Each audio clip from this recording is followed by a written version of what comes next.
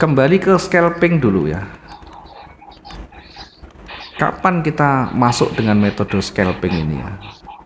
Scalping ini biasanya kita hanya manfaatkan peluang-peluang kecilnya, peluang-peluang kecil. Nah, peluang kecil itu seperti apa? Peluang kecil ini bisa kita melihat dari volatilitas ya. Bisa kita melihat dari volatilitas. Volatilitas itu apa? Dia pergerakan naik turun yang cukup agresif atau cukup aktif itu ya. Nah, kita manfaatkan koreksinya, memanfaatkan koreksi naik turunnya. Karena target kita kecil ya. Biasa kalau saya menggunakan scalping itu target rata-rata 100 sehingga perhitungannya gampang. Kalau kita entry dengan lot 0,5 maka 100-nya itu adalah $50. Kalau kita misalkan menggunakan 0,75 maka target kita adalah $75. Sudah mendekati, ini berarti mendekati 100 pip, itu aja. Paling gampang kan, floatingnya pasti ketemu nanti. Satu, kita bisa manfaatkan dari volatilitas, dari pergerakan naik turun yang agresif ya. Misalnya ketika dia bergerak cukup kuat ya, bergerak panjang ke bawah, ini trennya lagi naik, kemudian dia mencoba ke bawah. Nah, kita bisa melihat dari historinya, dari candle sebelumnya, apakah ini kuat beneran atau sebaliknya. Kita bisa melihat dari waktu. Biasanya waktu yang volatilitasnya tinggi itu di menit-menit pertama ya, pergantian candle sampai 10 menit ya. Di pergantian candle sampai 10 menit pertama ini biasanya market itu lebih volatile atau lebih goncang di sana ya, lebih ada agresifnya ya. Setelah itu nanti baru lebih datar ya. Di atas 30 menit itu sudah mulai stabil. Nah, kita Itu di time frame manfaatkan. berapa, Pak? Time frame berapa aja, Pak? Artinya H4, H1, M30 juga sama, 10 menitan.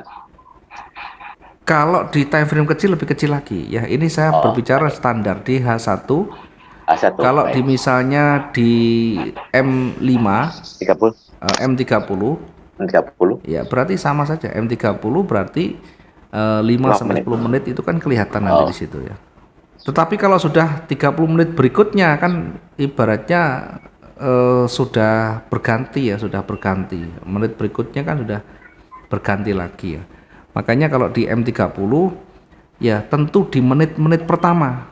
Menit-menit pertama itu ambil yang 5 menit pertama berarti ya. Kalau levelnya di time frame-nya lebih kecil ya. Biasanya di 5 menit pertama itu agak agresif biasanya.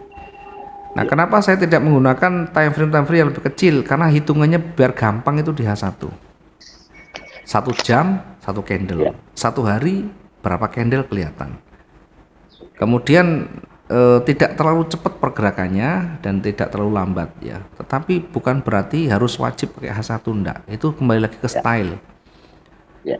Ya, kalau memang kita cocok dengan M15 pun tidak masalah. Cara membacanya pun sama nanti.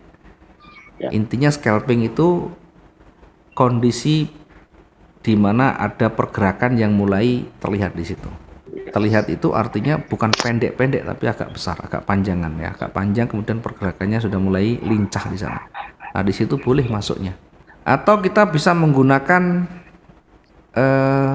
bersyarat nanti ya. Bersyarat itu menggunakan analisa yang bersyarat, nanti kita selanjutnya kita akan bahas panjang lebar ya. Itu nanti masuk di wilayah analisa ya, nanti masuk di teknikal ya. Sementara kita membahas dulu berkaitan dengan tipe trading dulu ya. Ada scalping, ada day trading, ada swing ya. Yang kita prioritaskan dulu scalping dan day trading. Ini hampir-hampir sama ya, bedanya kalau scalping kan geraknya cepat, kita tidak selalu kita entry dengan kondisi market yang datar. Kemudian kita bisa mengkombinasi antara scalping dan day trading ya, sehingga nanti lebih mengarah pada sniper trading. Ya, ini kita keluar dengan cepat, masuk dengan cepat juga, tapi targetnya lebih besar dari scalping. Juga exitnya juga tidak harus dalam hitungan menit selesai ya, bisa juga nanti dalam setengah jam, bisa juga nanti 1 jam exit. Targetnya juga beda. Ini targetnya bisa bisa lebih besar, bisa lebih dari 200 per transaksi. Ya, memang ada gabungan scalpingnya karena ini bisa dilakukan dengan cepat, bahkan dalam hitungan detik bisa 200 tercapai. Tentu nanti ketika kita mau entry, perhatikan pergerakannya. Jadi tidak semua pergerakan itu kita bisa gunakan ya. Artinya bisa, tetapi tidak ada potensi yang besar di situ. Maka yang paling paling penting nanti adalah bukan entry-nya, tapi bidikannya. Jadi kita amati nanti ya, amati pergerakan itu.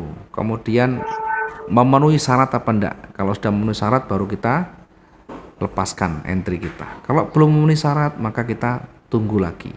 Ya, tidak masalah. Menunggu peluang itu jauh lebih bagus daripada menunggu floating minusnya. Ya. Ya, akan sangat berbeda. Oke, kita nanti bahas di teknikalnya ya, secara khusus kita bahas di teknikal.